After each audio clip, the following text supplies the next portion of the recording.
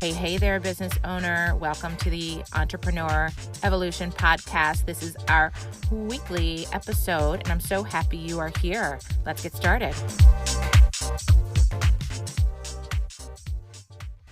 Okay, so here we are, episode 1. I am so happy you are here, and you are going to learn and get to know Sophia Maroon with Dress It Up Salad Dressing. She is an amazing soul, a hard worker, a mother of 3, and basically started the company because of her mother's recipe and a dare from her brother. And guess what? It's landed her on the shelves of Whole Foods. So we're going to hear that exact moment when her business changed during COVID-19 in March of 2020 and learn from her. I know you are going to enjoy this and walk away with some really solid nuggets that are going to help you immediately in your business. So enjoy it, and I will talk to you soon. Thanks so much for being here. Okay, we are recording. Hi, how are you, Sophia? Hi, Annette. I'm fine. Thank you. How are you? I am good. We were just joking around that I have this fancy microphone and I was singing Sophia Maroon. How are you? We're going to have some fun today. Today, we're joined with Sophia from Dress It Up Salad Dressing. She is the owner and founder of this amazing yummiest, and here to tell us all about not her journey, because that's not what we're about right now. We're going to hear a little bit about her journey, but we're going to hear about the in-between and really help some other business owners out there on their journey as we are all witnessing and surviving and thriving and getting through this chapter together. So your audience today is other business owners just like yourself. So anything that you can share as good tips, advice, strategies, whatever's getting you through the sleepless nights, or maybe you're sleeping like a baby, that's what we're going to really be talking about today. So welcome. I'm so happy you're here. Thank you, Annette. It's great to be here, and I'm so glad to connect with you again because Annette and I met through the Goldman Sachs 10,000 Small Businesses program, and on a weekly basis we got to check in and hear about one another's challenges, what we were going through, and we haven't really had a chance to check in since that ended in December. So right. Great to see you again. You look tan, rested, and ready for whatever comes next. Thank you. Thank you. And it is crazy to think about the last time we spent so much time together, and it was December, and how life has changed, my friend. No kidding. And I think about it because so much of the Goldman Sachs program is about like, what's your challenge and what's your next innovative idea? I can't remember the phrase they used, but we all had to make those pitches. And as you may recall, my pitch was about our single serving salad dressing packets, which were perfect for the active grab and go lifestyle. And so the entire business proposition revolved around people on the go and going school, traveling, just making it easy to eat healthily wherever you went. And 2 months later, nobody's going anywhere. Wow. Right. That wasn't on our radar. That wasn't as a part of your growth plan or our growth plan. And we would have never thought that the world would have really gone in this direction. So here we are. You are so entrepreneurial. Tell us about the backdrop of Dress It Up, just to bring everybody up to speed. What's the product? How you got started? What the company's about? And then we'll talk about post Goldman Sachs. Sure. So Dress It Up Dressing is a line of salad dressings that I started in 2012. So it's been about 8 years that we've been in business. And my company is based in Bethesda, Maryland. I started the company because I always made my own salad dressing, and I did so because I didn't like the ingredients in the salad dressings that were on the market. And so I just always made my own. But I also have 3 children, and I didn't want to be making my dressing all the time. And so I saw this hole in the market.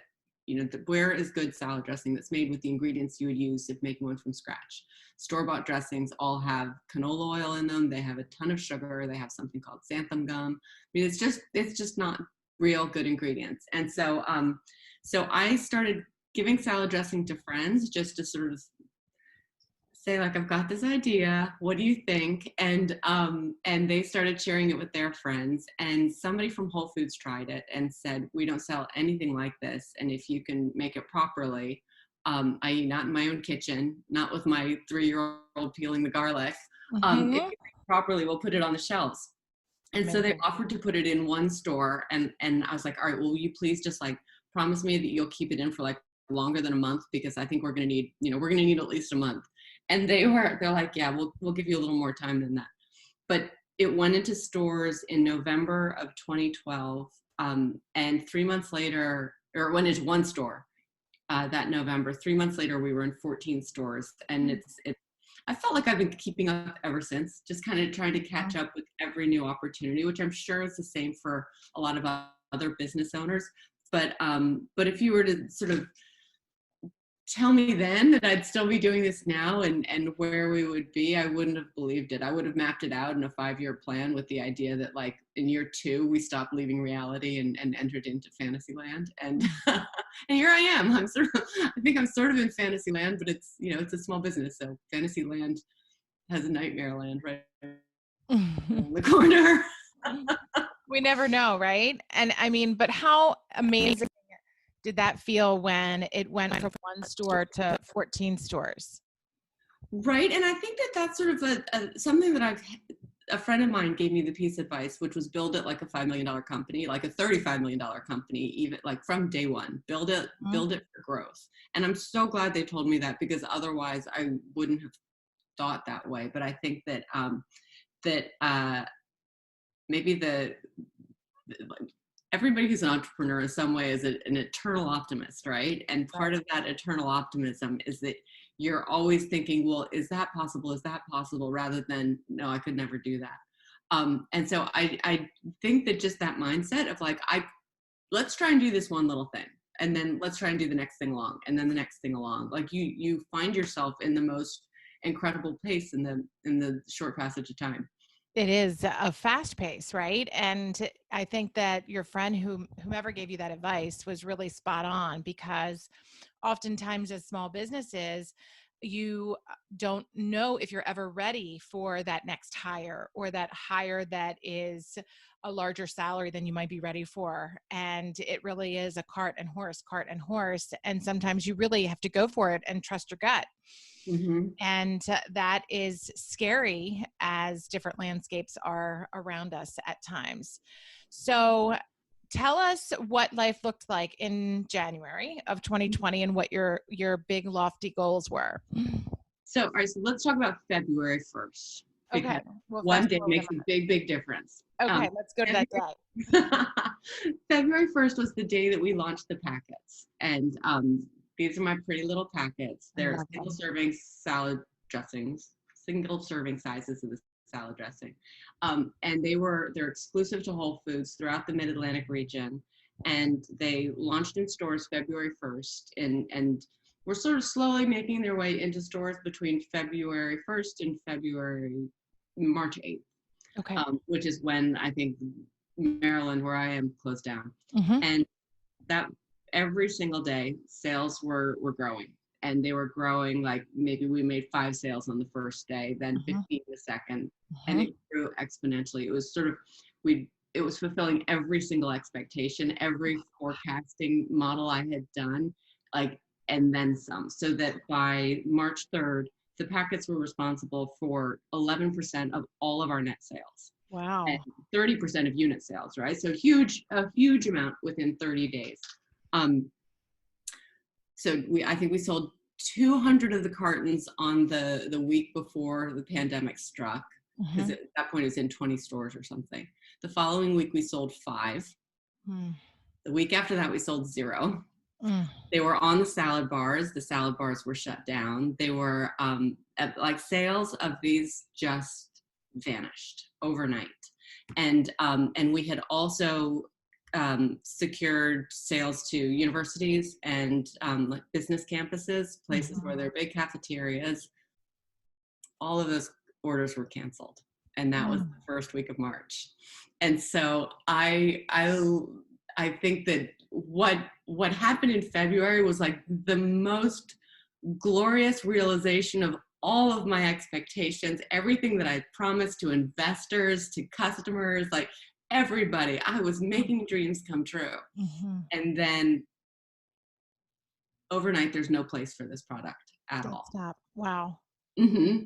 And I mean, as you're sharing this with our listeners here, I'm just remembering how, I mean, this is your fourth baby, you know, this is your passion. Like, I remember you coming in and saying like, Annette, look at the graphic and look at this packet and look at how great it's going to be. And like, I'm obsessed with this stuff. You know, I lick the bottle. You know how much I love this salad dressing. It is amazing and so yummy and like hits all the different like, you know, gluten-free and all these different like amazing buckets for people out there as it relates to their health needs and wants.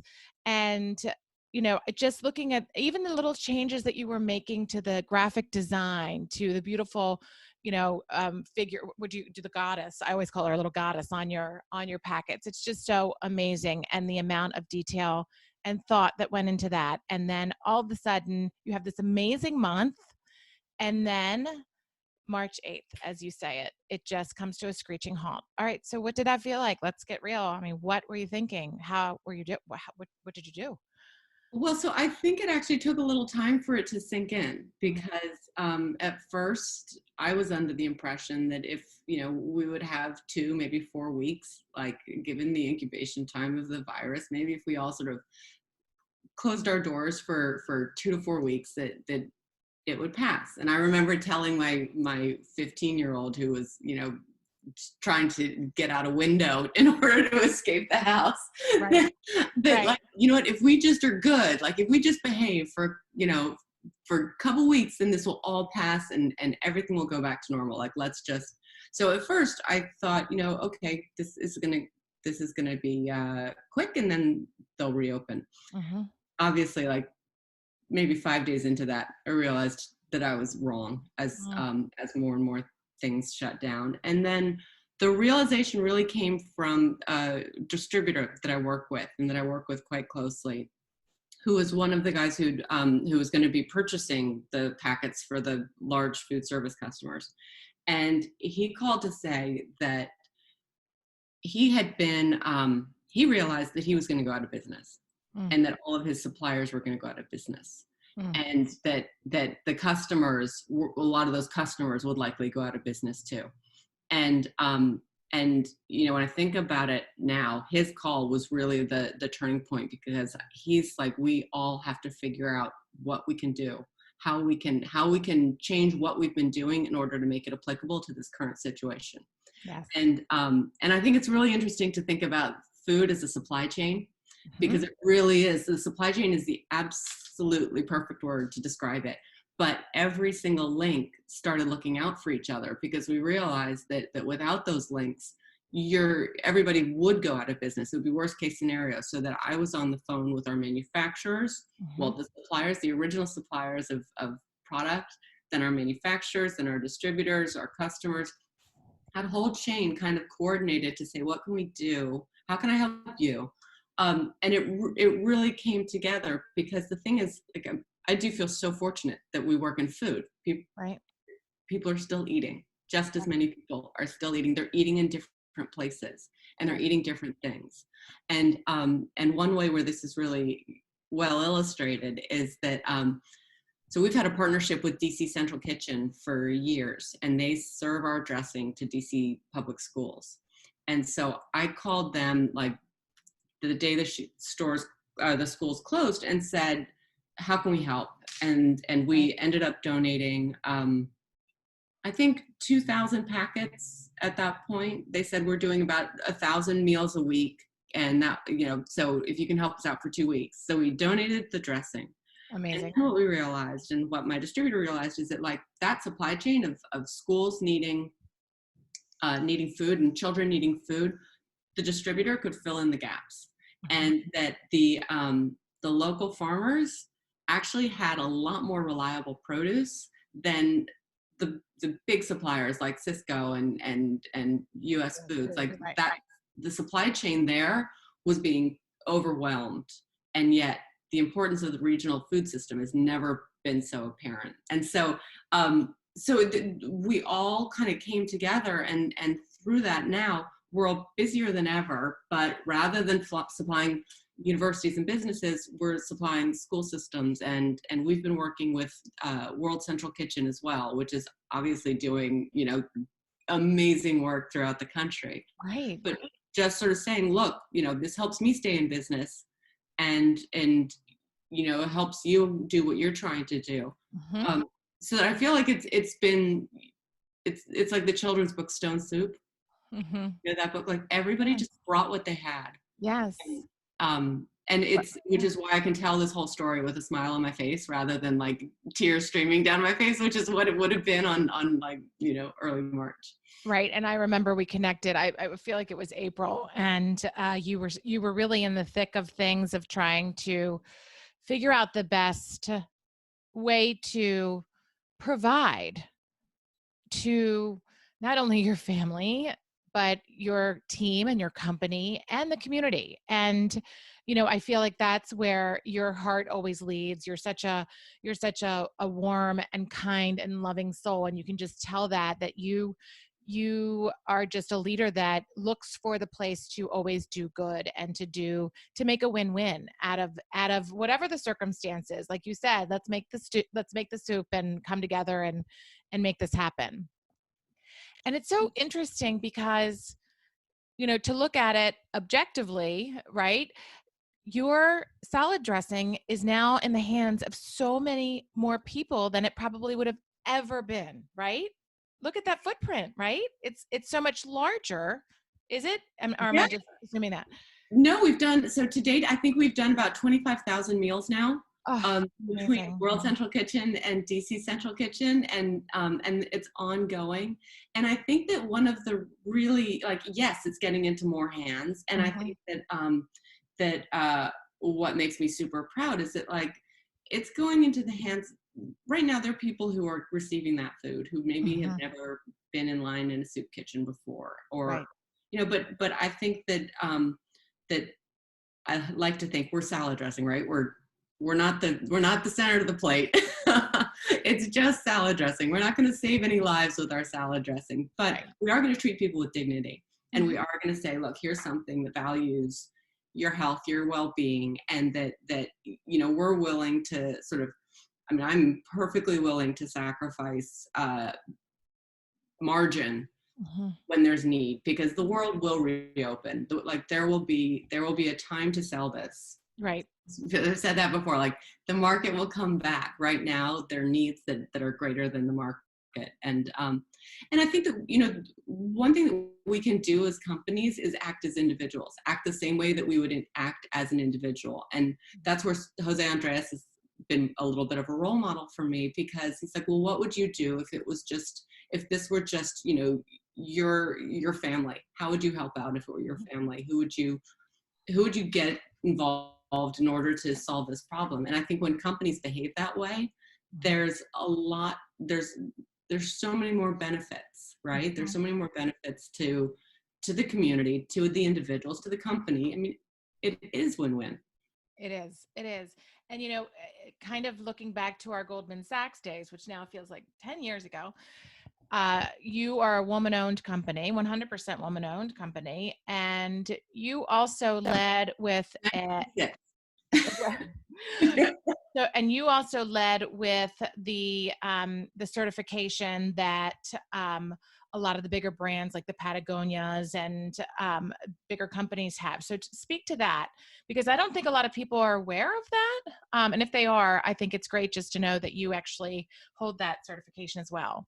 Yeah, so we're a B Corp. I am very proud to say it's right there on the front of my label that we are a certified B Corp. And being a B Corp actually means that you meet several metrics for your corporate responsibility, your environmental responsibility, how you treat your employees, your social impact. It's a sort of you know, there is no Good Housekeeping seal of approval for having a company with a social mission, but B Corp really is. I mean, that is the one, or there wasn't, except for B Corp.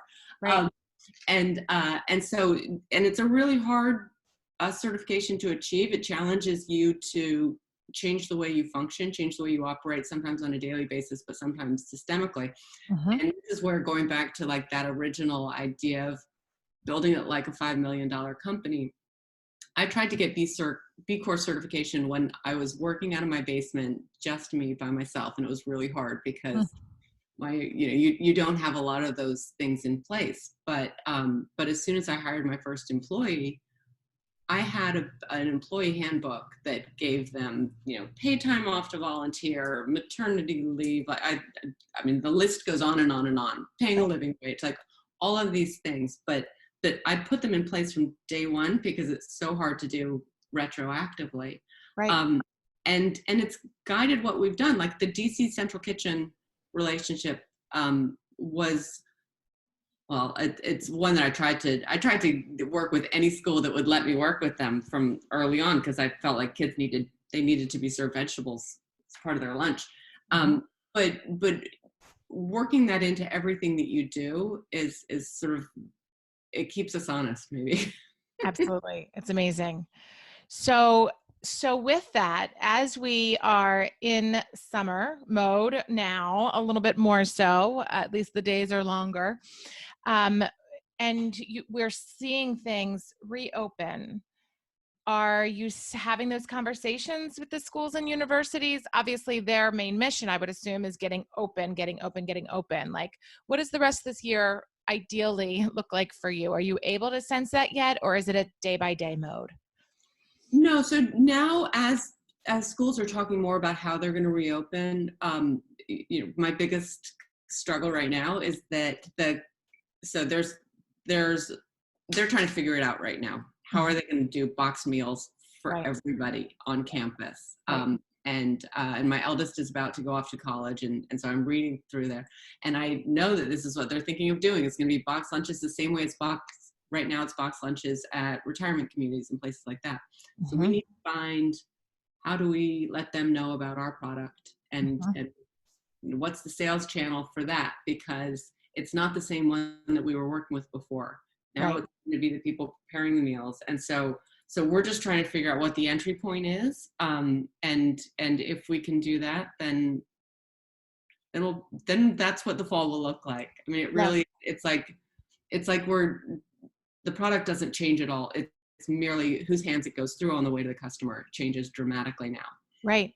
But if you think about the competitors in your space, and I'm just thinking about all the other packaged salad dressings out there, I have not seen one, me personally, that is one that I would want my kids to eat, or I would want to eat personally, that wasn't full of all of that all of those things that we can't pronounce. Right.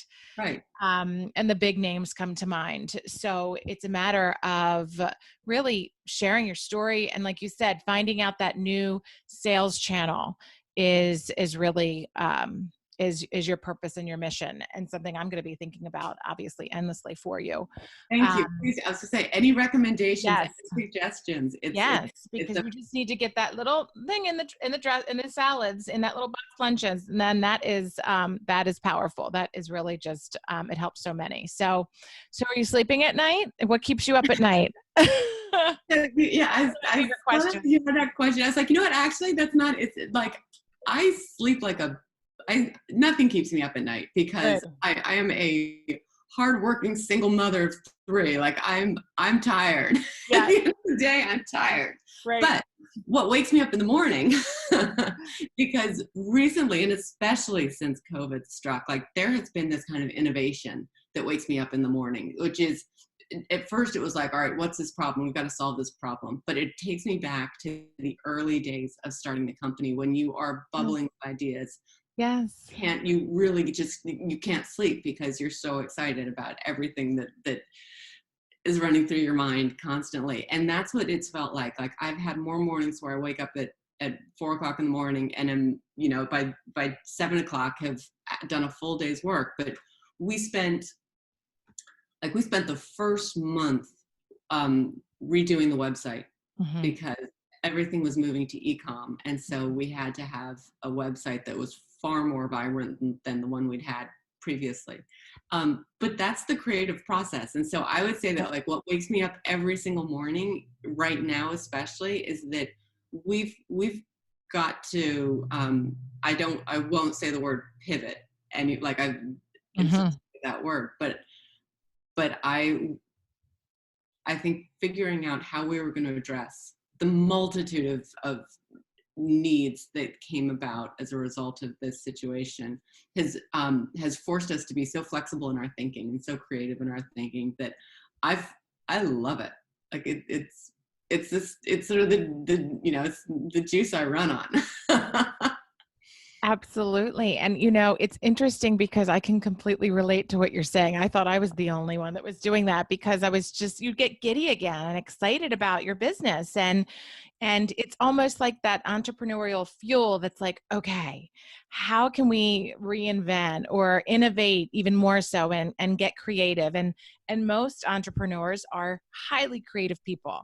Highly creative people. And that's when we need, the CFO and the COO around us to really build and grow and work through. But those creative juices, when they start, they really just get us going. So, and that also proves to the point that you're so passionate and you love what you do. And that's awesome. That's amazing. That's so powerful. I think it's sort of when you can renew that love again. Yeah. There are days where it sort of does, it's not quite there. Yeah. Yeah. Some days it's like, okay, wait a minute. You second guessing, second thinking, and what am I doing? Why did I do this? What was I thinking? Right. Those things also kind of creep in. But, I think it's really that spark that when you feel it, it's cool. Yeah.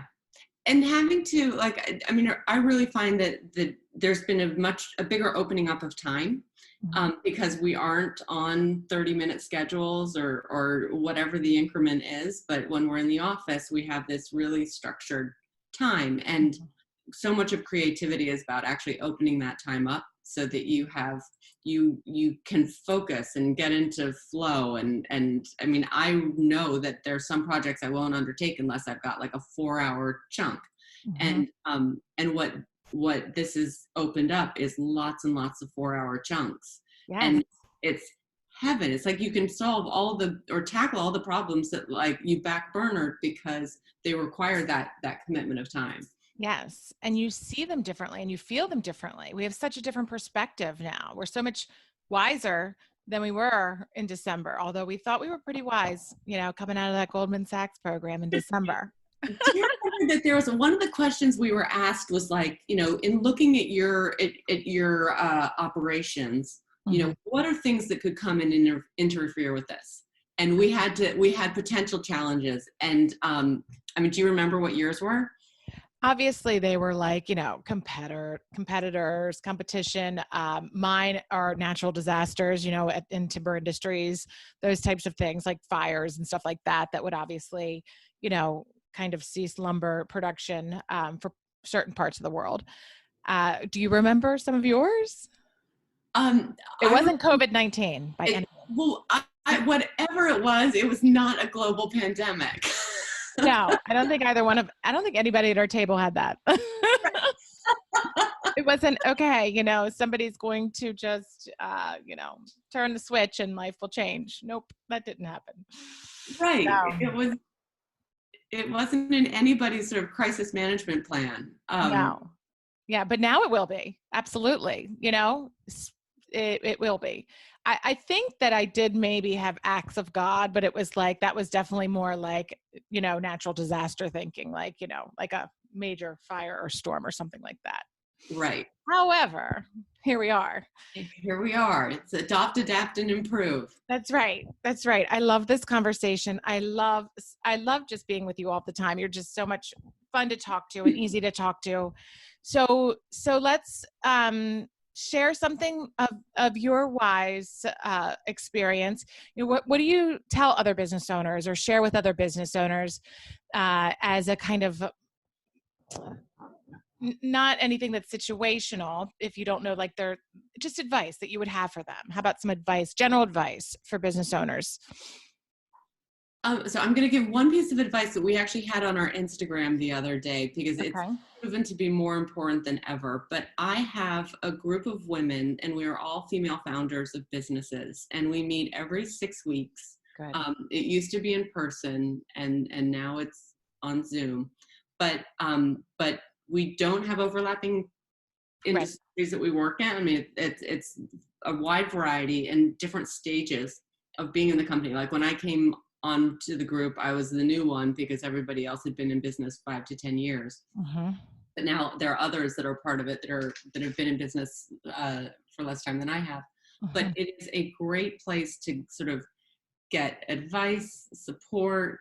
I mean, every aspect of your business, it's enhanced by the more people who are invested in it and who know about it and who have similar experience. And this is sort of my jury of peers. Like I've got my mentors, but these are people who have their own. And collectively, it has been such a sounding board, but also a place of good advice and advice you can trust. And there are days where, you know, it's been one person who's just been in tears, and it took the whole group to sort of, you know, band it together and support them.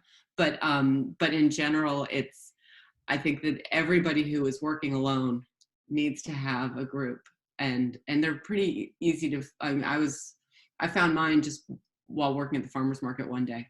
Right. That's amazing. And that power of like-minded people and community that really are business owners going through what you're going through is so, so important. And that's why we're so grateful that you're here, you know, sharing your story today, because it's just, you're going to help somebody out there. They are just kind of picking up all these gold nuggets that you're putting down, and your story is just, you keep on keeping on, and you're doing it.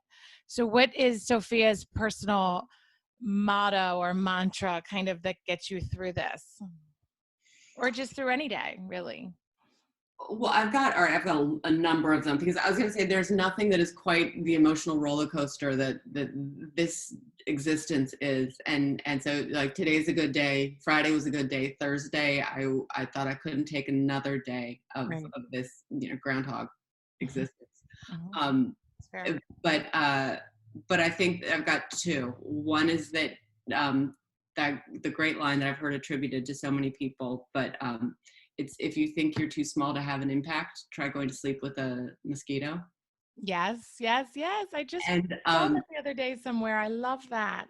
I love it too. And I think that that's one, especially for a small business, is that you need to know that like your little things that you're doing really matter, because even if it's just one person. I mean, I remember early on being at the farmer's market, and there was a mother and child, and her daughter was allergic to almost everything. Like the list was incredibly long, but one of our dressings has 4 ingredients and she could eat it. And she's like, finally there's a salad dressing that I can eat. But like, I mean, that was 8 years ago. And I remember what you know, what it smelled like while we were there, because it was just such a satisfying, gratifying moment to know, like, I just got chills. You just one person. You did. You made such an, I mean, that is such a moment, and that is such a moment for you to remember, and then just impacting their world.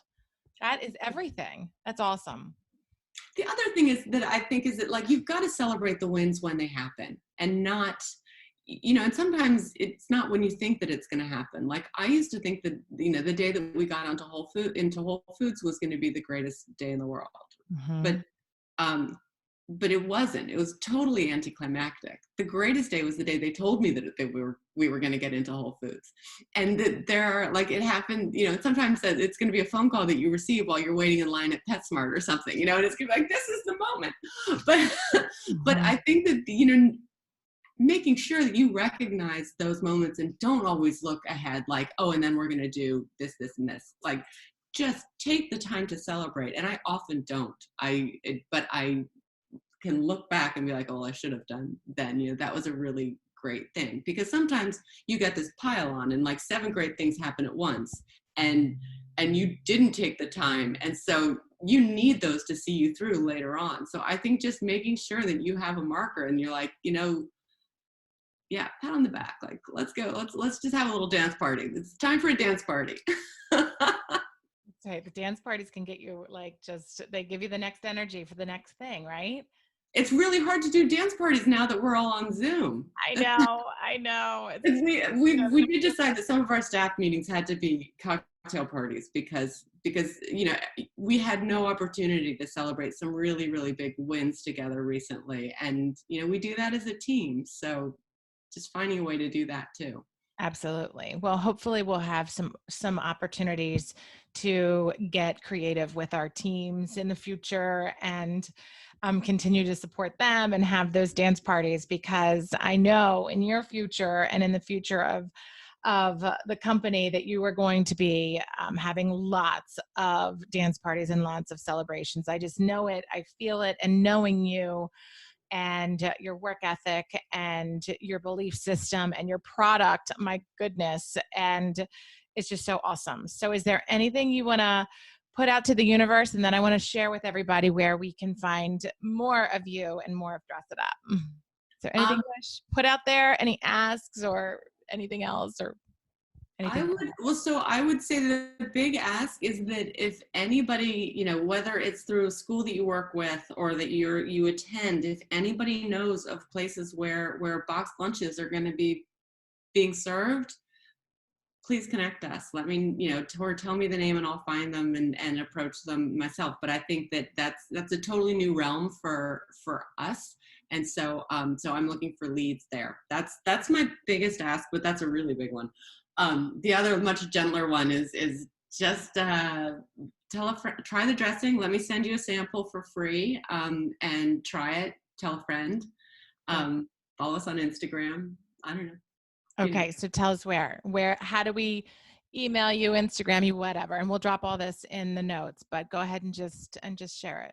It's Dress It Up Dressing on Instagram, Dress It Up Dressing on Facebook, and we're not so good on Twitter, but it's Dress It Up Salad there, or dressedupdressing.com. Awesome. This was so wonderful. I wish that we were together doing this.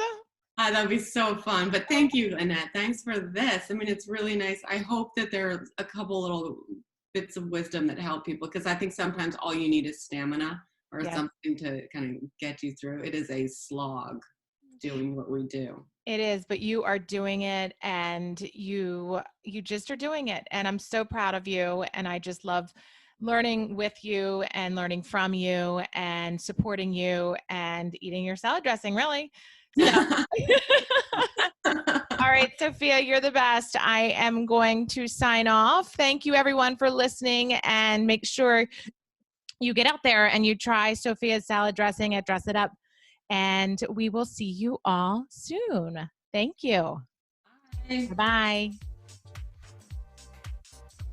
Wow, what an episode. Did you learn something new? I hope so. I am so happy you were able to be here with us today. I'd love to hear from you. Leave me a review and I will be sure to read it and respond to you. Also, if you'd like to email me, my email address is yourock@ievolveconsulting.com. Hit subscribe, and every Tuesday you'll get notification when the next episode drops. We really have some amazing interviews and tips in the future. Anything you need, I'm here for you. I want you to keep your momentum. I want to help you stay accountable. I want you to stay inspired. I want you to evolve. So please let me know what you need, and I'd love to hear from you. Take care until next time.